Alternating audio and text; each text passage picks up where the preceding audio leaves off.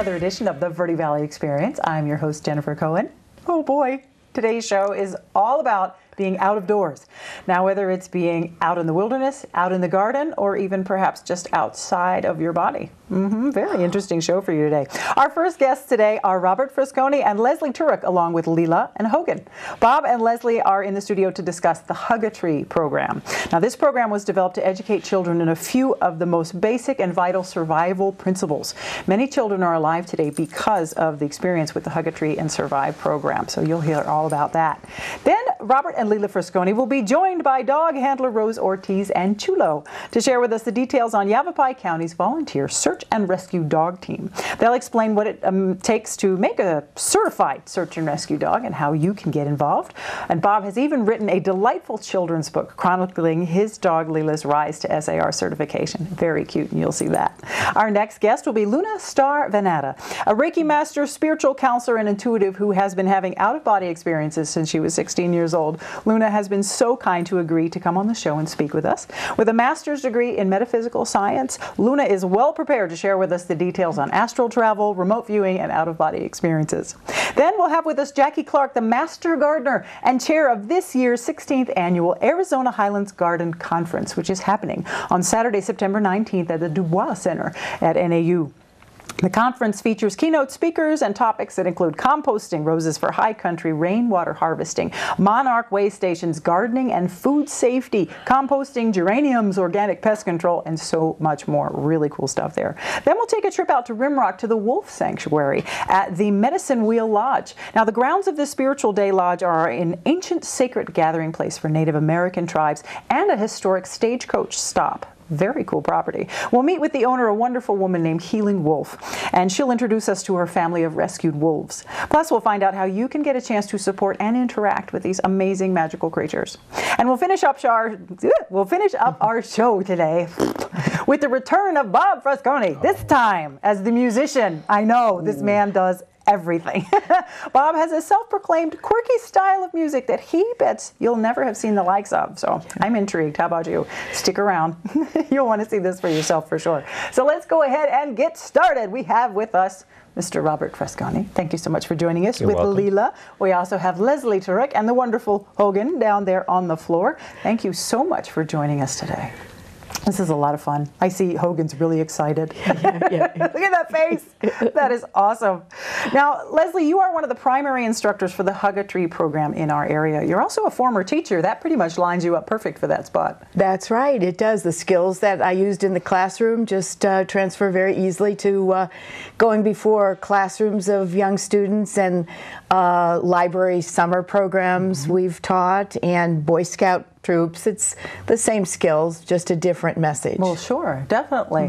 And Bob, you are the co-instructor for the Hug-a-Tree program in the area. Yes, I do some of the some help. I give little tidbits of information now and then, and at the end of the program we do a demonstration with the children of how our dogs do search and rescue work. Sure, I bet they love that. The kids just love that. Yes, it does. The kids really enjoyed that. In fact, we received letters from some of the students and some of the presentations we did mentioning dogs' names and and how much they enjoyed the dogs. For sure. Now, for someone who hasn't heard of the Hug-a-Tree program, Leslie, can you explain what is the Hug-a-Tree program?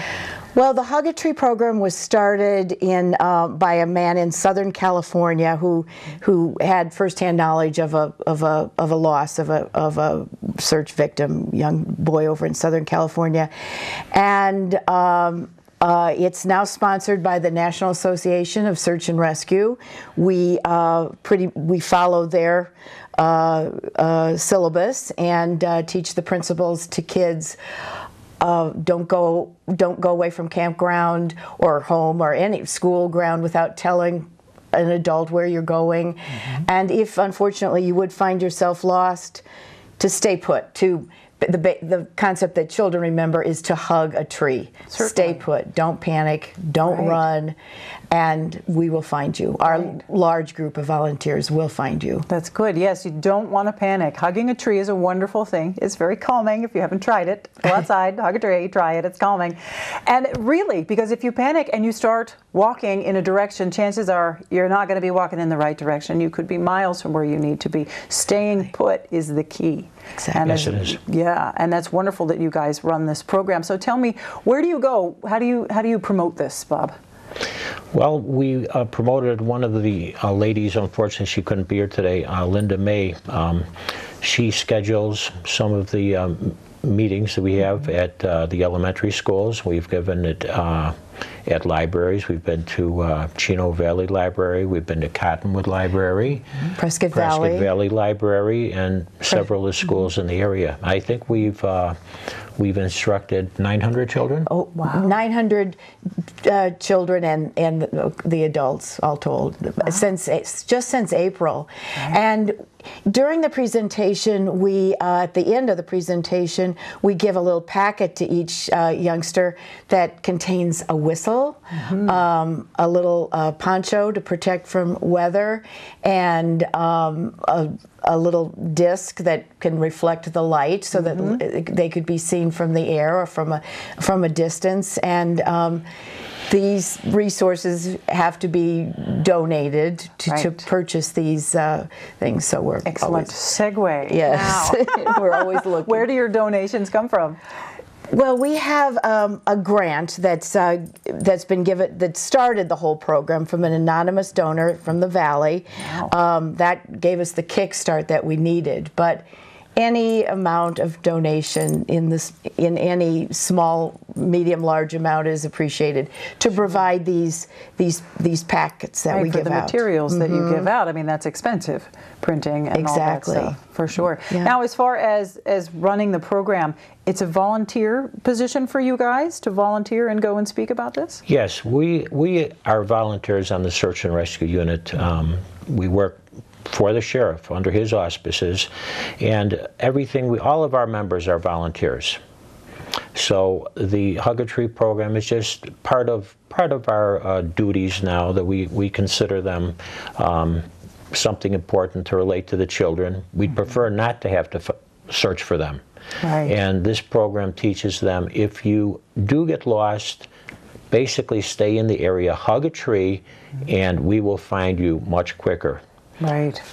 The statistics show that if somebody were to start walking, an average person, if you were to walk from a place, we call it the place last seen, and they were to walk, say, 1 mile in 20 minutes, well, if they were able to walk for 1 hour, we would now have 27 square miles to cover if we didn't know what direction they were in. So if they were just to stay in the area, if they found they were lost, they didn't know where they were, we'll find them much quicker. Right, for sure. Now, this program is specifically designed for children age 7 to 11. However, it works on everybody. It works on children who are younger, and of course it works on adults too.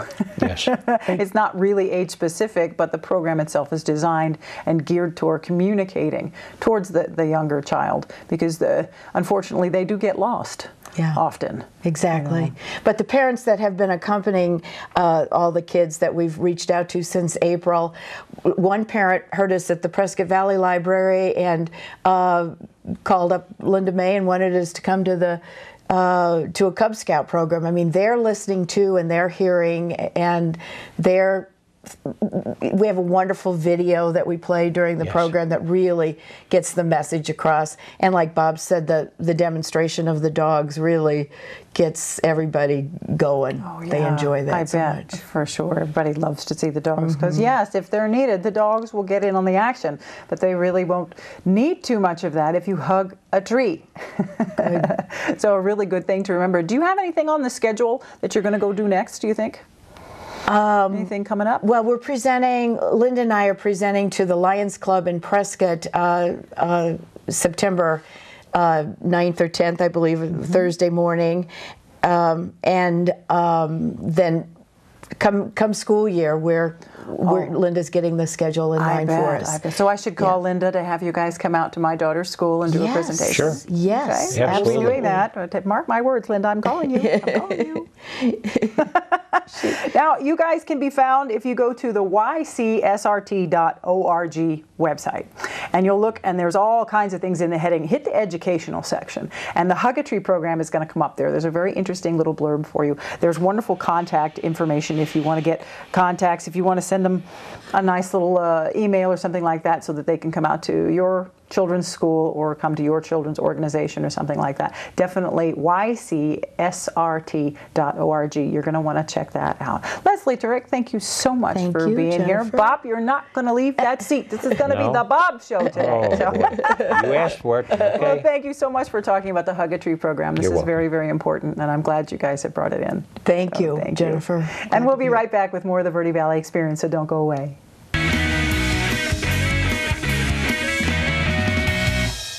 Hey, it's Ava, and this is Tess from Do Your Selfie, where we recreate the hottest looks from today's biggest music videos. After cleaning out our closet, we have a lot of clothes we don't wear anymore. Like this old pile of t-shirts. It's not garbage, it's actually a new rug. And to make it, all you need to do is cut, tie, and glue. Cut the t-shirt into strips. Tie the strips into knots. And glue the knots to the bath mat. I love it. Give your garbage another life. And recycle.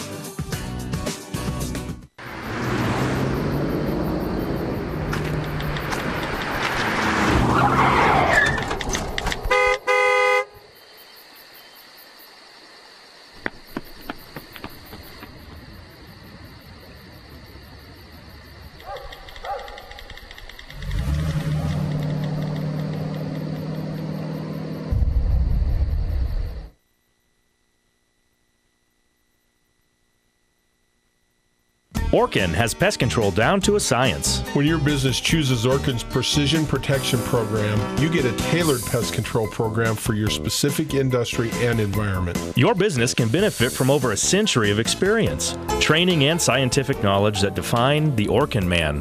Maximum protection, minimum exposure, backed by one of the industry's most comprehensive guarantees. Choose your locally owned and operated Northern Arizona Orkin and get more than an exterminator. Get an expert.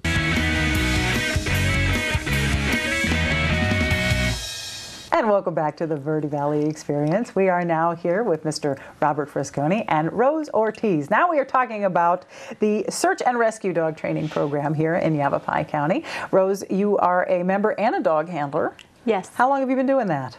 3 years now. 3 years. Awesome. Yeah. And you have Chulo. Hello, Chulo. I have Chulo here, 4-year-old German Shepherd. Nice. Very nice. And how long has he been in the program? Same amount of time? Same amount of time. So is he your dog? He is. He's my personal dog. Oh, very nice. Is that pretty much how it works? Does everybody use their own personal dog? Yes, it is. Like. You know, they're our pets first, but we've trained them to be good search and rescue dogs. That's true. So, for example, when Leela's at home, she's the princess. Oh, yeah. She's a little bit of a couch potato, which I like at home, but when she goes out in the field, like all our dogs, they know their job. Sure. We put the bells on them, on their collar, and they know it's time to go to work. And you see they also have their vests on. They know it's time to go to work. Absolutely, and she's ready. Look at her.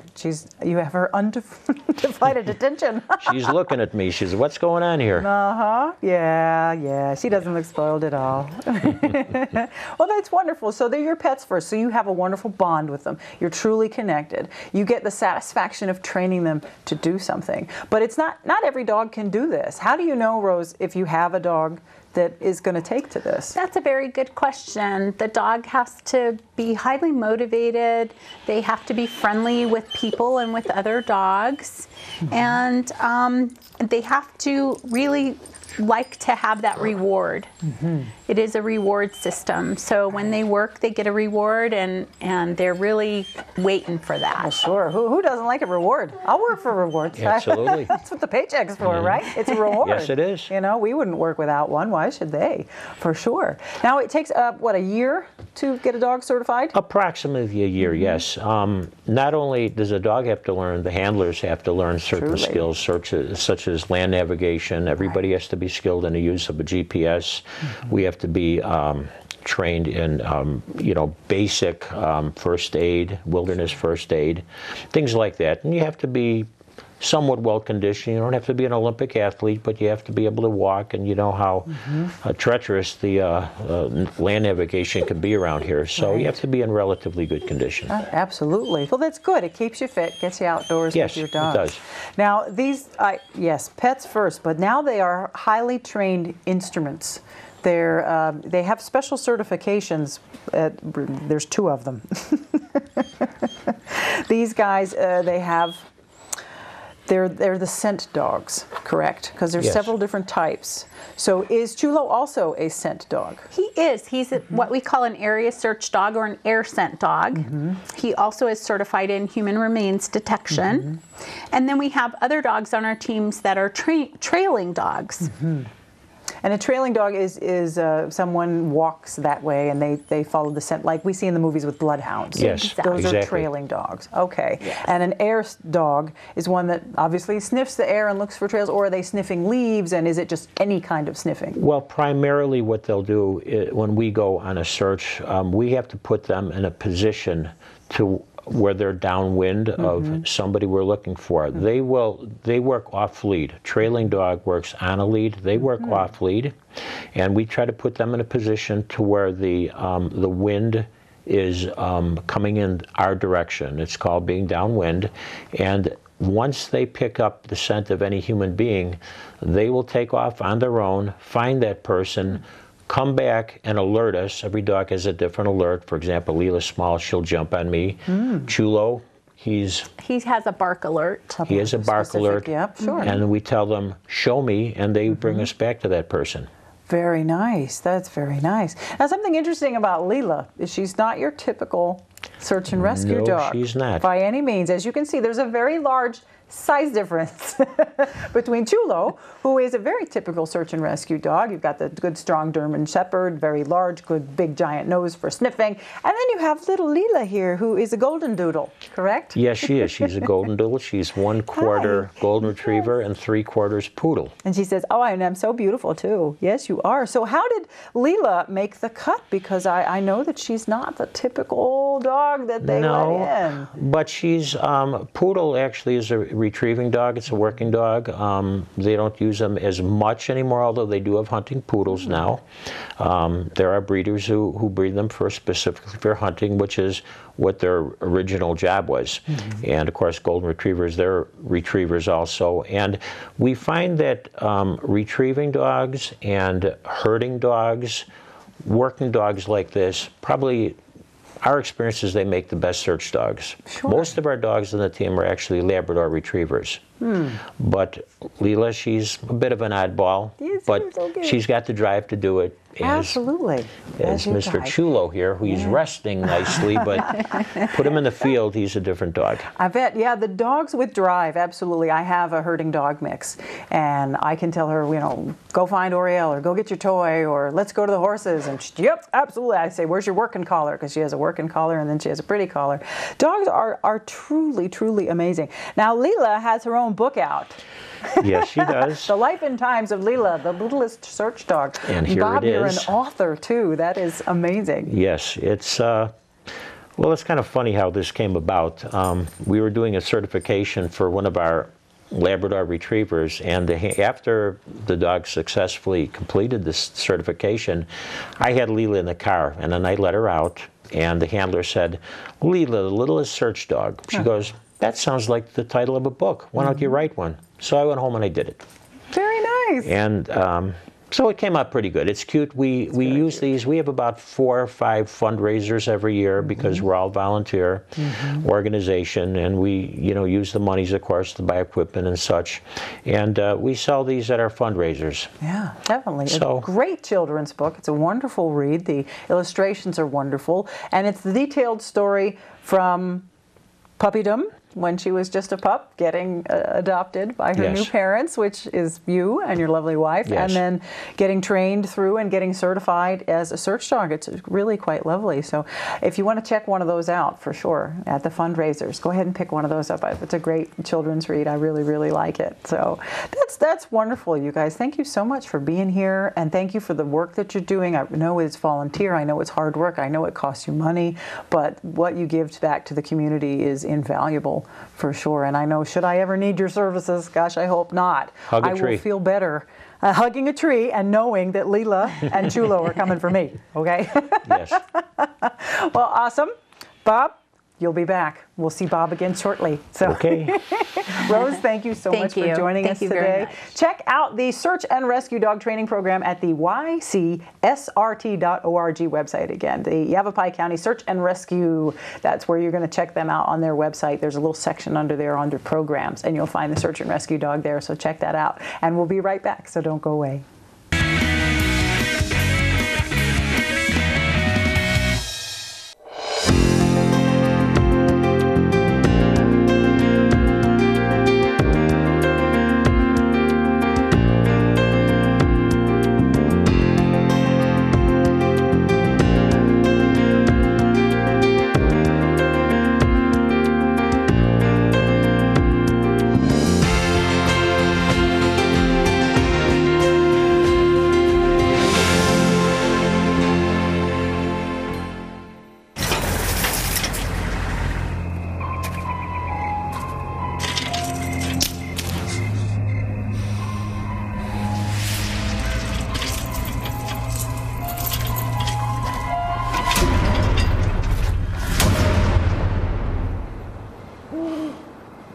If you don't fix them, sparks from dragging tow chains could cause a wildfire, and that could be scary.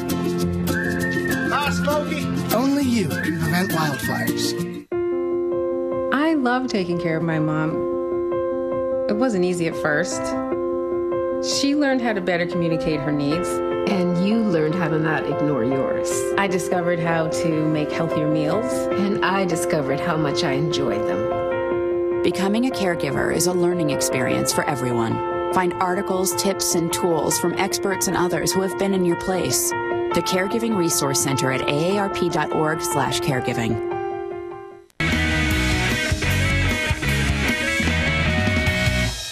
And welcome back to the Verde Valley Experience. Our guest in the studio now is Luna Star-Venata. Now, Luna is a spiritual counselor, Reiki master, and an intuitive. Thank you so much for being here. Thank you for inviting me. Sure, and sharing your gifts with everyone. This is very, very cool. Thank you for enlightening us on this. Now, you wrote that you have been experiencing out-of-body experiences since you were 16. That's right. Now, can you tell us what is an out-of-body experience? Out-of-body experience is basically when your spirit body leaves your physical body. That's very interesting. And when can that happen? Well, for all of us, it'll happen when we die. So that's a permanent time that our spirit body leaves. But it can also happen when we're dreaming. It can happen when we're in deep meditation. So, and also near-death experience. Sure, and most of us have had one of those, really, near-death experiences, which definitely change you. But there's a slight difference between a out-of-body experience and a near-death experience, because out-of-body experiences don't revolve around trauma. That's true. That can be a good thing. So, that can be a good thing. Yeah, so typically an out-of-body experience, you're very relaxed. You're in a very deep trance state. Your brain waves slow down, and that allows your spirit body to leave your physical body. So there's a silver cord that connects your spirit body to your physical body. When we die, that cord breaks, and we give up the ghost. They used to say someone gave up the ghost. That meant their body actually left their physical body. Yeah, it's always interesting to hear those phrases and see, that's really what it means, you know, like kick the bucket. That's right. That was a farmyard thing, though. We're not talking about farm animals, but Now, what's the difference between out-of-body experiences and, say, astral travel? Because isn't that kind of the same thing? How does that work? They're very similar. Typical astral body or astral travel would be you're planning a trip, so you know where you want to go. You know what you want to experience. You know when you want to leave. So you plan that trip and you go into a deep trance and send your spirit body out for an experience. an out-of-body experience many times is spontaneous. So you have no control over it, you just pop out. Right, so that is a really big difference between astral travel, which is planned. You type in orbits, your spiritual orbits, where you want to go, and time and place and all that, and you choose that, go into meditation, and then you can go there. Exactly. Whereas out-of-body is just kind of out of your control, so to speak. It can just happen. Wow, well that's really, really interesting. Does it still happen to you often? Not spontaneously, no. Now you have control always planned over it. now, which is why I now teach astral travel, so that people can also learn how to do it anytime they want to. Right. I bet it can be a bit frightening for someone who is experiencing or having just experienced or whatever out-of-body experiences, and they go, "Whoa, what was that? Oh my goodness!" Oh, I can understand that would be rather frightening. Yeah, when I was 16, it was very scary. It was very scary. I had no idea it could even happen, and I was actually laying on my bed listening to Jefferson Airplane, Surrealistic Pillow. I apparently achieved an altered brain state, and that allowed my spirit body to pop out. Wow. It was very scary. Where did you go? I went out and went, oh my gosh, and then I popped back in again. And then a week later, it happened a second time. Right. So one of the things that I took away from that experience is that your brain is actually controlling whether you're in your body or not. So there's 4 different levels of brainwave activity. So we're in beta right now, when we're consciously involved in being in our physical bodies. And then when we go into a light meditation, we would achieve an alpha state. And so that's a lower brainwave activity. And then going a little deeper, we'd go into theta, which is like hypnosis. We're very much not aware of our physical bodies at that time. And then delta is like very deep sleep. So as we change our brainwave activity, that allows us to travel. Wow, that's really interesting. So meditation is a very good thing for controlling this type of thing. Oh my gosh. Now tell us, there's another thing, and it's called remote viewing. Now what is remote viewing? Remote viewing is a military term that was given to astral travel, but it's a small segment of astral travel. It's mostly about sending your consciousness out to just receive information and bring that information back. So it started in the Cold War. Russia was already doing it. The United States decided they needed to also do it. So they would train military personnel to send their consciousness out to obtain military secrets and bring them back. Wow. And there's very structured protocols that go along with remote viewing. Wow. Yeah. That's neat. So anytime I want to check on my daughter at school, yes, I can remote view her on the playground? You can do that. Sure. Yeah. Well, that would be fun. That could be handy. It's good if you have her permission. Oh. She would not give me that. So, no, she's spying on me. Yeah. So, wow, there's so many different things, and this is amazing. And you know all this because you have this amazing master's degree, and you do all this teaching. Now, how long have you been teaching? Oh, my goodness. I taught my first class in 1995. Wow. So how long have you been in Sedona? 2 years. 2 years. Yeah. Excellent. Yes, I was teaching in Colorado before this. Colorado. Very, very good. What's your favorite thing to teach? Astral travel. And the class that I teach monthly at Sedona Creative Life Center is mostly focused on helping people get out of body, go to the other side of the veil, and meet with a deceased loved one. And they have an emotional experience. They get closure around that death. Right. There's a lot of tears. There's a lot of emotional healing that takes place. For sure, for sure. Now, have you had near-death experiences? I know you have. I did. I had one near-death experience when I was in my mid-30s. Died on the operating table in Wheat Ridge, Colorado, and left my body and met with God. It was a wonderful experience, life-changing. Yes. Which it sounds like you all also have had one. I have been there too. Awesome. Yes, I That's have. great. Yeah, for sure. It is interesting. Most people go, oh my God. And you go, well, you know, something came out of that that was really great, that was really wonderful and amazing and eye-opening. So I embrace, if you have these experiences, embrace them. They're really cool. See what they have to teach you. If you want to know more, you can check out SedonaReikiandReadings.com. SedonaReikiandReadings.com. That is Luna's website, SedonaReikiandReadings.com. Lots of very good information. Of course, all the classes that you're teaching, they will have information on there about those. You can check out, astral travel or remote viewing, which sounds fascinating because it's military. Ooh, that's just too cool. Just really great stuff. So check out the website, SedonaReikiandReadings.com. Luna, thank you so much for sharing with us today. Really appreciate you being here. Keep doing what you're doing, too. Thank you. Awesome. And we'll be right back, so don't go away.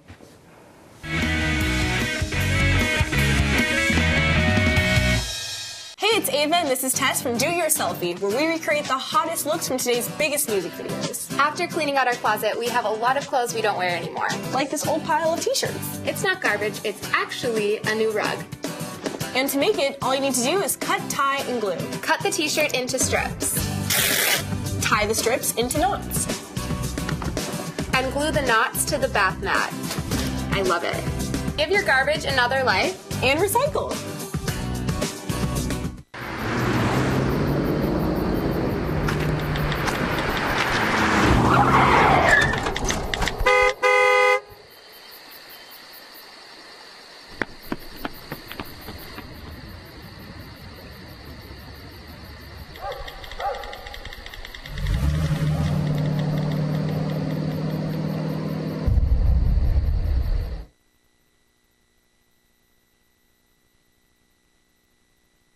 Orkin has pest control down to a science. When your business chooses Orkin's Precision Protection Program, you get a tailored pest control program for your specific industry and environment. Your business can benefit from over a century of experience, training, and scientific knowledge that define the Orkin man. Maximum protection, minimum exposure, backed by one of the industry's most comprehensive guarantees. Choose your locally owned and operated Northern Arizona Orkin and get more than an exterminator. Get an expert.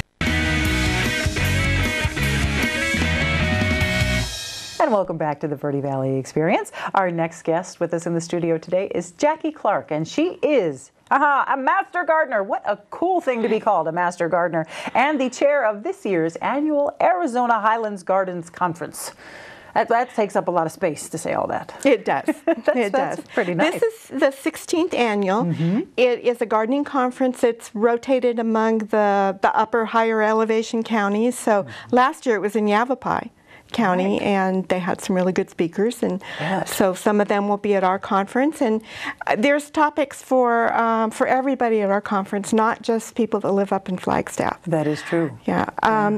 Our major keynote, one of our major keynote speakers is Clara Coleman, and she's from Maine, and her father was kind of the pioneer of four-season organic gardening, and he grows produce to sell all year long in Maine. In Maine. So Flagstaff will have some, have something to learn from that, but I think anybody could pick up some tips from that and grow your own produce all year long. Right. And our other keynote is Judith Phillips, and she's a landscaper from New Mexico. And her message is that the climate is changing, and we have to adapt our gardens for the extremes. Right. Sometimes it's super hot, sometimes it's super cold. It's never like it was normally. Right. Sometimes we have more rain, sometimes we have less rain, and sometimes it's a drought, and then we have a downpour. So those are our two keynotes. Right. But besides that, you've got lots of other things going on. I mean, you have those two wonderful ladies doing their speaking, but then you have topics on composting, which is a really wonderful thing. Don't waste all that good stuff. Compost it. And it's not so easy, composting. It's not like you throw it in a bin and it's done. Well, you know what's interesting is the man, Patrick Pfeiffer, that's going to speak on it, was an NAU student, and he didn't want to see all that waste on the campus, so he organized campus composting of landscape material as well as the foods. Wow. And he's graduated, and now he has his own company called Roots, and they pick up food waste and from the restaurants, and for $10 a month, they'll come to your house and pick it up once a week. And I actually do that because I'm like you. I mean, it's not it's not just a matter of throwing it somewhere. Right. It's not so easy. It's not so easy. It's not so hard, but you have to be dedicated. Yeah, and you got to have the right equipment and the right space. And yeah, it's not just something you kind of throw it out the back door and there it goes. It's a little more challenging. Now, roses for the high country, a big one. I love roses, but I find them very fickle around here. So that would be a good program to attend. Yes, I'm sure she's going to talk about the various varieties that work well in various places. And I love roses too, and I've had my house in Flagstaff for 17 years, and I've never planted a rose, but I've got about 14 of them. Wow! So, they can be very hardy. Let's put it that way. Some of them can if you get the right ones. If you get the right one. And another one of your programs is rainwater harvesting. You know, that's those certain times of year when we get a lot of rain to collect that. It's just, you know, again, like composting. Why waste it? Yeah. But again, not so easy. Well, not so easy, but not so hard either, you know. But the thing of it is you have to do a few calculations to figure out how big of a container you need. Right. Because, like you said, we get the downpours. Right. So you never know. You could get a quarter of the rain that we get in a year in one hour. Oh, yeah, believe me, I know. And a couple of other things you guys are going to have: gardening and food safety. That's an important one. I never thought about that. Well, her talk is going to be on the critters that might come and leave little specimens. That's a nice term. In your garden, and what to look for, what could be harmful, what couldn't, you know, what's okay, how to get rid of those critters, and also, and I'm pretty sure she's not going to tell you how to poison them, but I think she's probably going to tell you how you need to construct your garden and your fences to keep those critters out, and then she's going to tell you what you need to do if those critters get in and you want to still eat your tomatoes. Right, right. No rattlesnakes in your radishes. And there's others like composting. Geraniums, I love that. A whole section on geraniums. I love geraniums. I have very sad geraniums on my porch, so I'm glad that we're not at my house right now, because you'd be like, oh. Now, it also mentions monarch way stations. Talk to us a little bit about that. Well, monarch populations are declining, and the main reason it appears that they're declining is that their host plant is milkweed, and it's a weed. And throughout the Midwest, where all the agriculture is mainly, they've poisoned it, you know, because they feel like it's competing for resources with the farm crops. And when the monarchs don't have any milkweed to lay their eggs on, the population declines. So there is a movement now to build monarch way stations, and you just plant milkweed and they'll come.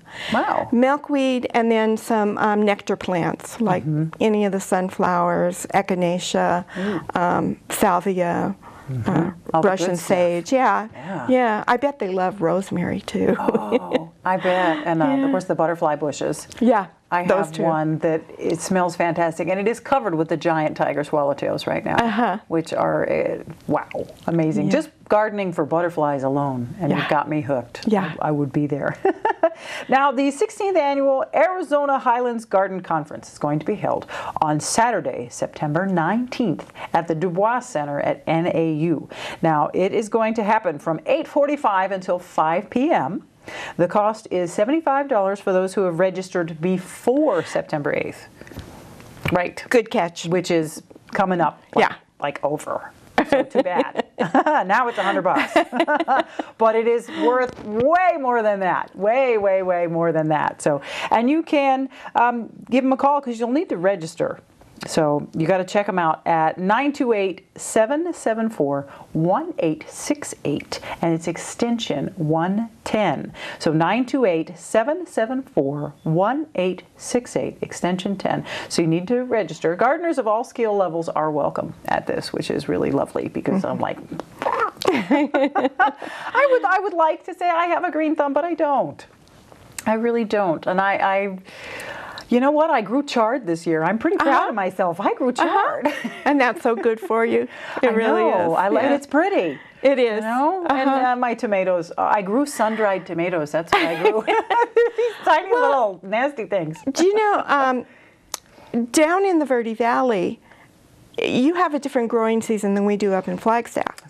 But tomatoes don't like it much hotter than 85 degrees. So you probably need to start them a little earlier because they're going to be done pretty soon. Yeah. Though cooking with them, I'm sure, but they're So everything you ever needed to know about gardening in this area for sure is going to be happening at the I got to get this right, the 16th annual Arizona Highlands Garden Conference. So go ahead and check that out for sure. Thank you so much for being here. I really appreciate it, Jackie. This was fun. You'll be there at the conference? I'll be there. Absolutely, absolutely. Well, thank you so much.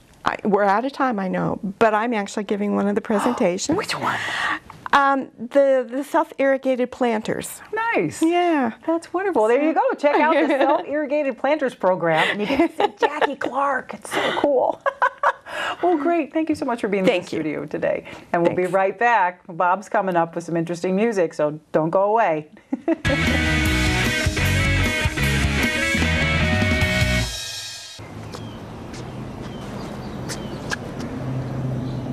Here is my handle and here is my spout. When I get all steamed up, then I shout. Tip me over and pour me out. Oh. The smallest moments can have the biggest impact on a child's life. Cheers. Take time to be a dad today.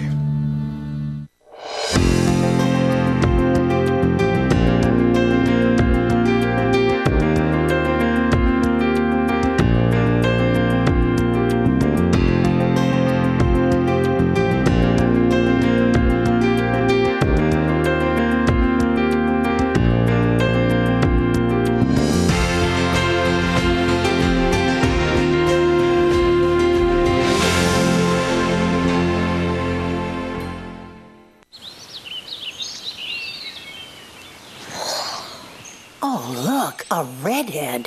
Staring contest.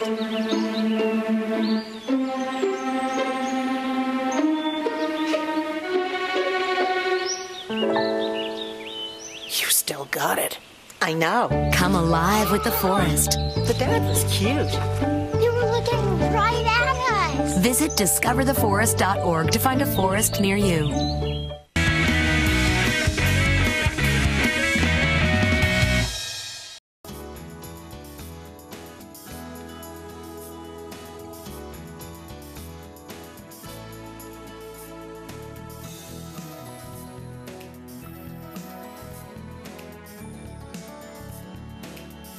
And welcome back to the Verde Valley Experience. We are now out here in the wilds of Rimrock at the Medicine Wheel Lodge. It's the most gorgeous place, I have to say. It's truly a sacred spot with lots of wonderful history. And I have with me here Healing Wolf. Thank you so much for letting us into your wolf sanctuary. And you've probably seen these little creatures running around. There's one parked right under that camera right now waiting for a cookie. And Healing Wolf, you have rescued and rehabilitated and raised different varieties of wolves for years now. That's an amazing, it's not something everybody does. To me, it's normal, and I've done this since I was a child. I will rescue anything from snakes, turtles, birds, you name it. And wolves have always come to me. And my father gave me the name of Healing Wolf when I was young because he found me trying to heal a wolf that had come to me. So literally, I do get a lot of animals that actually come to me.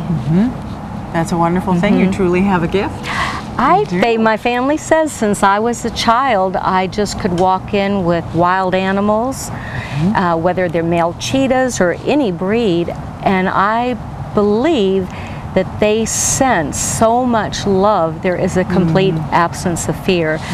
And I've always known since a child that I wanted to be a voice for animals. I want to abolish all ignorance, all cruelty, and all neglect to every animal of any kind, wild or domestic out there. So this is a privilege. Yeah, that is truly what you guys are doing here at the Medicine Wheel Lodge. You're spreading that that knowledge and using your voice and your presence here and sharing the gifts that the wolves have brought to you. Now, what is it like having a family of wolves here? Well, they are a family, and I'm so appreciative that you said that. They're not pets. They are my children, and they come before me, my husband, or anything. But they are so loving. And when people come out, they love visitors and they love children, and they will kiss you and you can barrel hug them. They're shy around cameras, but when you're here, personal cameras are fine. Commercial, they don't know what to make of them. Sure. But they're very loving, and they touch people on a deep and spiritual level, individually. Certainly. It's not an experience most people get to have. Being kissed and rubbed on and snuggled and scratch a wolf's belly. I mean, you know, I hadn't done that before today. So that's an amazing gift right there that you're bringing to the world. Now, you have these two guys here. We have Jertoma and Mahota. Yes. That's a brother and sister. Brother and sister. And they've been with you since pups. Yes, absolutely. Just a couple of months old. They are Alaskan tundra wolves. And the difference between them and my rescues is the ones that I raise, they do not know that man can be cruel. Right. So they have no fear. The ones that I rescue, depending upon their level of abuse, they have issues. I've never been able to 100% rehabilitate them because sometimes the abuse is so severe, it leaves emotional scars. But they also are loving and sweet to people, and they have taught me the gifts of patience and boundaries. So it takes a lot of patience to work with the rescue ones. I bet. And an important thing about these guys is they are wolves. They are not dogs. Yes. They are not a domesticated breed. No. So you have to work with them on a different level with a respect to what they are and not try to treat them as if they were dogs. That's a very interesting very dynamic. Important. And I'm glad you brought that out, because first and foremost, I would like to state that I do not advocate owning any type of wild animal. Wild animals were created to live in the wild, and we should respect and support them as such. Again, these wolves and all my previous wolf packs, they find their way to me, and I believe they come to me to be not only an ambassador for their own kind, but to be a voice for all animals, domestic and wild. Certainly, they are an excellent harbinger of good news for how society is shifting on our view towards our wild animals. Absolutely. It would be a very empty, lonely world without the animals. And what they're teaching us is that what we don't understand, we fear. Right. And what we fear, we destroy. Yes. This is not only animals, but it is people of maybe a different culture, different race, different color, different religious belief. So part of the wolf medicine is teaching us to embrace everything. And whether we're different colors, we're different religions, we're wild or domestic animals. The wolf medicine also teaches people about perseverance, no matter what they're going through in their life or on their path. They, above all, teach us about family. They love the pups and they celebrate. Only the alpha male and female will breed, but the rest of the pack will enjoy babysitting. The wolf medicine also gives us the gift of teacher, and I believe every human being has something special in their soul that God placed unique to them. They bring out the teacher in you. So the wolf medicine has many, many what we call medicines. Teacher, strength, perseverance, family. They have a lot of good medicine to share. And unconditional love as well, and especially for you, for what that you've done, especially for Kira and Dakota, who are two of your rescues. They are, and they are the different breed, aren't they? They are. Now those are mixed breeds, and we have a red wolf mix, and we have Mexican gray mixes and things back there. Sure. But a lot going on. Oh yeah, the wolves, when people come out, it opens their mind. Sure. Because they might be fearful, and when they see how loving they are, then it opens up their mind and consciousness. So then they can now embrace all of nature. And for some people, it's easier to connect with animals than it is with other human beings. Yes, for so many it opens reasons. up their heart for And why not? relationships. Look at that face. There, yeah. So if you'd like to check out the Medicine Wheel Lodge, it's very easy. Go to medicinewheellodge.com. You have a beautiful website. Thank you. Lots of wonderful information on there on how you can get the opportunity to meet these amazing creatures. And if you would like to support the Medicine Wheel Lodge and what it's doing to rescue and rehabilitate the wolves, there's all the information that you need. The contact number for Healing Wolf is there. And it's just spectacular. What can I say? A little piece of paradise here in Rimrock, out in the desert. It's just gorgeous. Thank you for sharing your family with us and allowing us to come in. It means a lot to us. Well, they love company, and we appreciate you being out here, and they just would love to meet people and their family and their children's, and I can guarantee everyone will have a marvelous experience. Oh, how could you not? Check out medicinewheellodge.com. You'll definitely want to go there first. And don't go away, because we'll be right back with more of the Verde Valley Experience.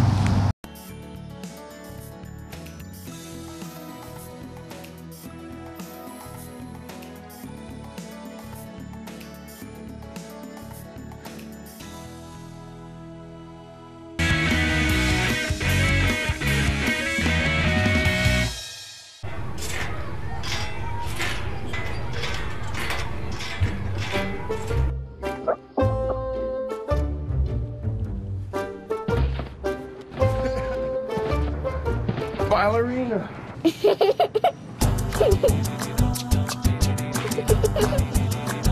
Sometimes all it takes to be a dad is remembering how to be a kid again. Take time to be a dad today. They'll test you. Try to break your will. But however loud the loudness gets, however many cheese puffs may fly, you're the driver, the one in control. Stand firm. Just wait. And move only when you hear the click that says they're buckled in for the drive. Never give up till they buckle up. As an American, it's hard to hear that we have a serious hunger issue in our country. And as a parent, it's even harder to hear that 1 in 5 of our kids struggles with hunger, especially when billions of pounds of good food are wasted every year. Feeding America is a nationwide network of food banks that helps provide billions of meals to families in need right in your community. Visit feedingamerica.org to support Feeding America and your local food bank. Together we can solve hunger. Together, we're Feeding America.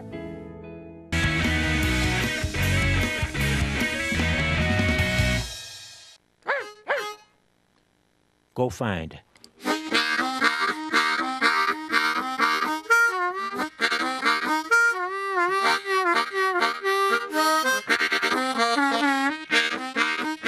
Get him! Find him!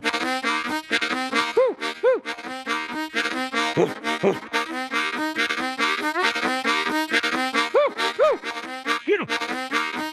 Find him!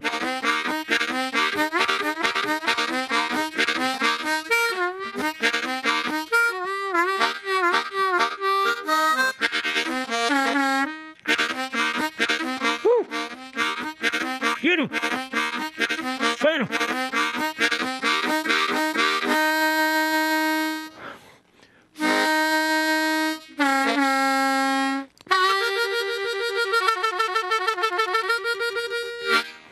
They lost the scent.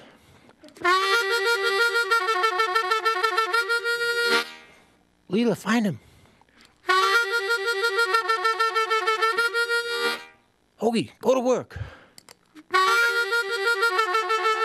Whoa, there they go. Get him. Find him.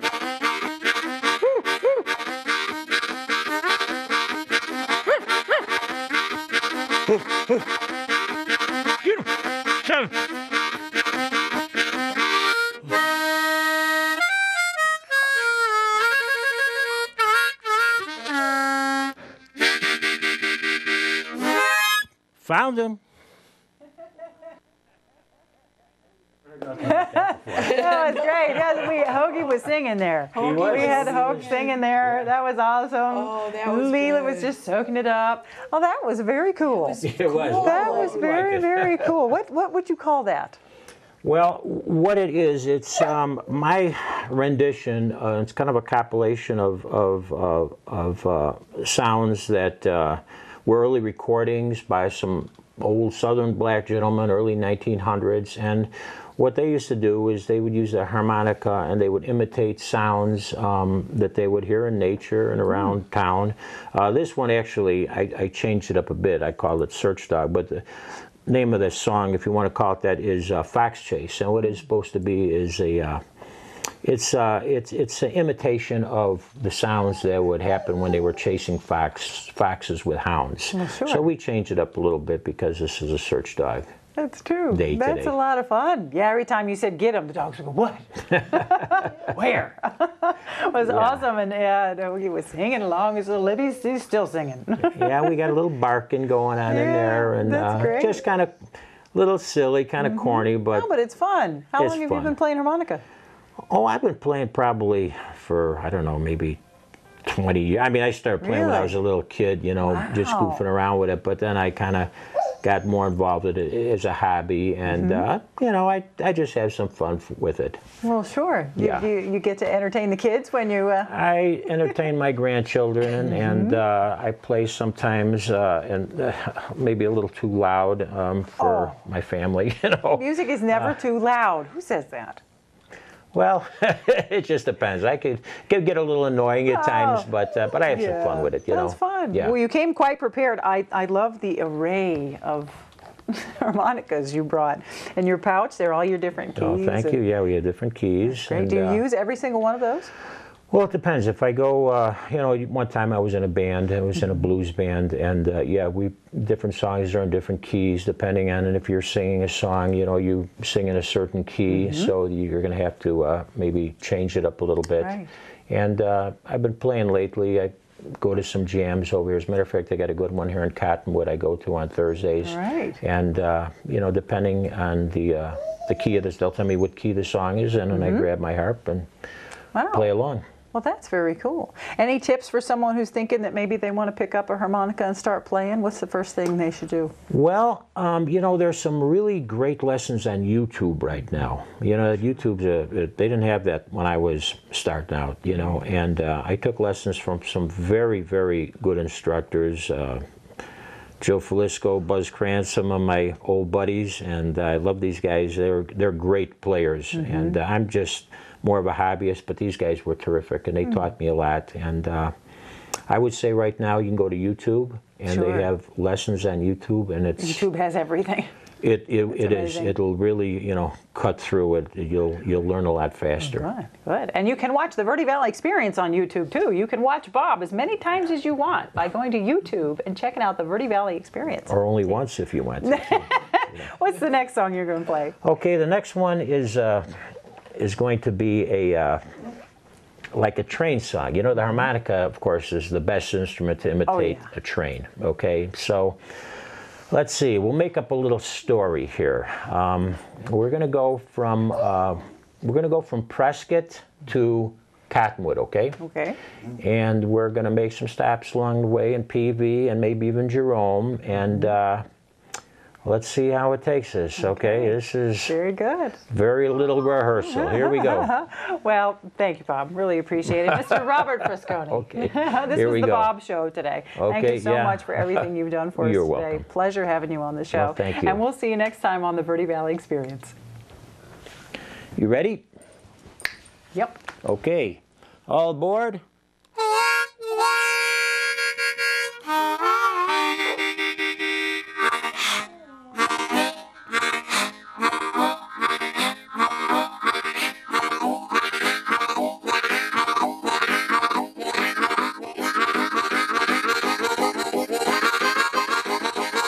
We're going pretty good now.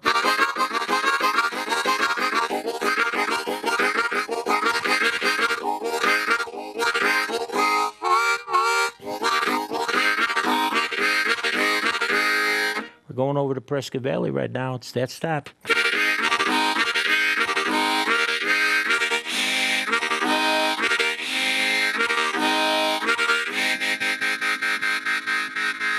Oh, look over there. There's some guy playing harmonica. He's trying to pick up a couple quarters. 1, 2, 3, 4.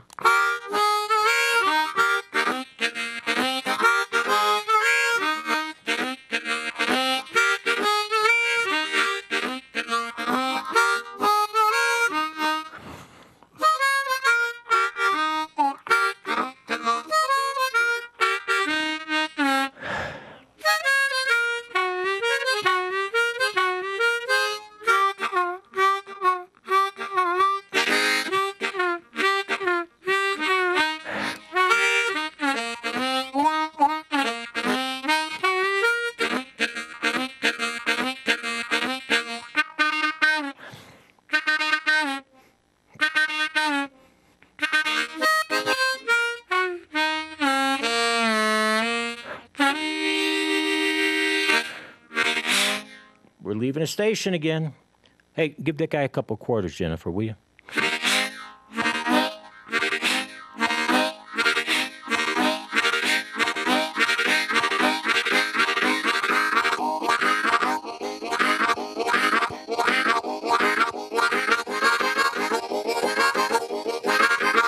Going around the mountain.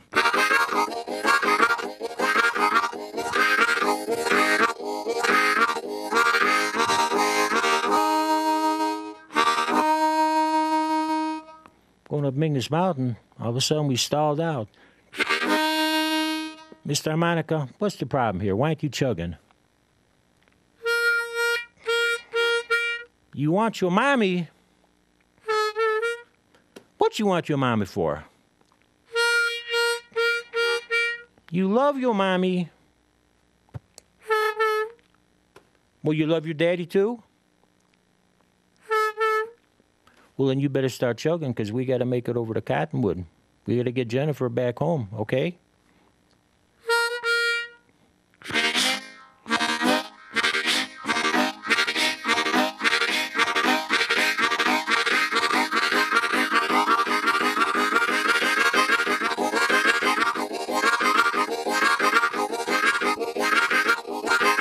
We're going now.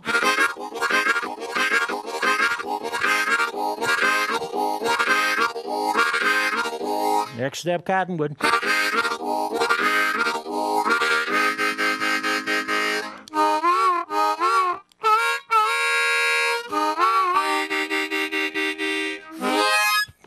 We made it. What do you think of that? Was that corny or what?